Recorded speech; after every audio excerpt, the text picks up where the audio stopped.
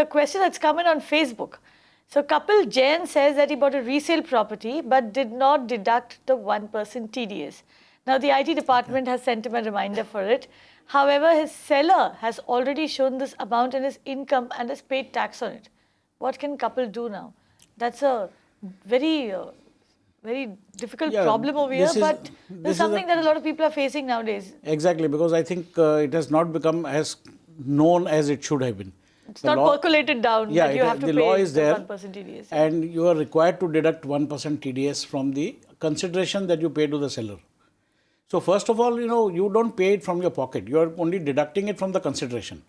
Now, Kapil should have deducted 1% TDS and deposited that with the government. Now, his only default is that he has not deducted that. So obviously, he is going to get a query from the income tax department. Now, as per section 194(1)(a), he has to deduct this. But now that that has already gone, that period has gone and he can't do anything and he has paid the entire consideration, what he can now do to salvage the situation is, he can tell the seller that please give me the details of the tax paid by you. So he needs to get evidence for three things. One is that the seller has to have filed his return.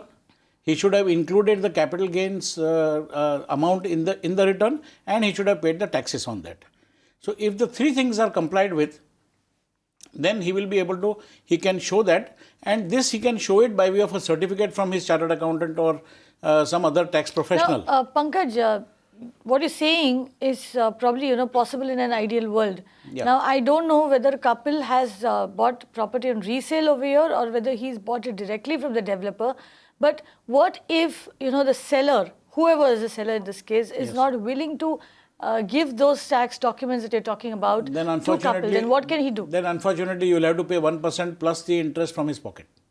1% plus the interest. And I was just, in fact, coming to that. Now, I know that you need to pay this after April 2013, if I'm not mistaken. That's right. June 2013, I'm sorry. Yeah. On any transaction of immovable property after June 1, 2013, you need to pay 1% TDS. That's right. So if you've signed any agreement to buy or sell property, you will need to pay this 1% TDS.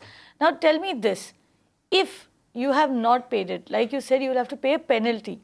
How much is the penalty that is chargeable? No, so penalty is you pay the amount of tax and you pay the interest. What is this interest charged at? It is charged at 15% for every month. 15% for every month. So 15% per annum. Okay. So, I repeat this in practically every show, I guess, but I can't help it. If you are buying property, and let's agree, most properties today, at least in the major city, in a city like Mumbai, is priced upwards of 1 crore, and you are paying 1% of that as TDS. You are better off paying off the TDS at the time of buying that property. If you delay, then you end up paying something like 15% interest per month. And that is a huge sum. Once it starts adding up, you'll probably end up paying half the price of your property as interest, right? Also, what is, very quickly, Pannkaj, what is the time period within which you need to pay this TDS? Immediately, within the next month. Within the next month. I believe it's within before the 7th of the month. 7th of the next month is the due date. So, therefore, the month in which you have deducted is the month you can get. The next month, immediately you have to pay it in the first 7 days. So remember, if you're buying property, you need to pay 1% TDS on the cost of the property, and this money has to be paid within the 7th of the next month, which means you get a very little time to pay this. Ensure that you do it. It's an easy procedure. You can do it online. Ignore this at your peril. You'll end up paying something like 15% rate of interest for every month that you delay this payment. You can watch live TV on our website mpnow.in. Find us on Facebook at facebook.com/magicbricksnow. And don't forget to click the like button. You can also follow us on Twitter at magicbricksnow. To stay updated with all our programming, hit the subscribe button on our YouTube channel by logging on to youtube.com/magicbricksnow.